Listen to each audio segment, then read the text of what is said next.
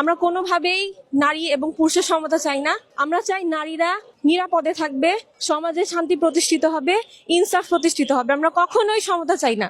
নারী এবং পুরুষ কখনোই সমান নয়। নারী এবং পুরুষের শারীরিক এবং মানসিক সক্ষমতাও কখনো সমান নয়।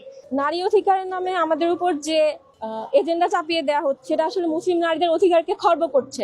মুসলিম নারীরা ঘরে থাকবে, তাদের অর্থনৈতিক দায়িত্ব থাকবে পুরুষের উপর। তারা নিশ্চিন্তে ঘরে বসে তাদের সংসার, তাদের বাচ্চা কাচ্চা লালন পালন করবে। এটাই হচ্ছে মুসলিম নারীদের সহজাত প্রবৃত্তি। এটাকে ধ্বংস করে সেকুলাররা মূলত আমাদের উপর সেকুলারিজম এবং হিন্দুদের যে আইন সেটা চাপিয়ে দিতে চাচ্ছে। তো আমরা এর বিরোধিতা করি। নারী অধিকার কমিশন মুসলিম নারীদের অধিকারের জায়গাটাতে আঘাত করেছে মূলত। এজন্য আমাদের আজকের সম্মেলন। আমরা চাই না আমাদের বাচ্চা কাচ্চার কাজের বর কাছে পালন হোক এবং কাজের বর থেকে গালাগালি শিখুক। আমরা চাই আমাদের বাচ্চারা ইসলামিক শিষ্টাচারের মাধ্যমে বড় হবে।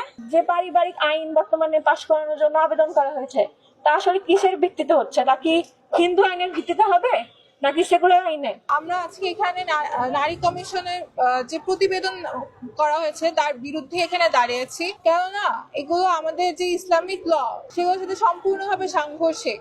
সেখানে নারীদেরকে পণ্য বানানো হচ্ছে, ইনসাফের পরিবর্তে সেখানে সমতার কথা আনা হয়েছে।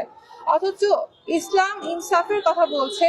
ইনসাফ এমন একটা জিনিস যা প্রত্যেকের ক্ষেত্রে যা প্রযোজ্য তাকে তাই হচ্ছে প্রদান করে। আমরা কেন ভোগবাদী দাসত্বের দাসী হয়ে থাকবো? এই জায়গায় আরো অনেক ধরনের প্রতিবেদনে বলা হয় যে হচ্ছে কি পতিতাবৃত্তিকে পেশা হিসেবে হচ্ছে কি স্বীকৃতি দান করা। অথচ পতিতাবৃত্তি কখনোই আমাদের আদর্শ হতে পারে না।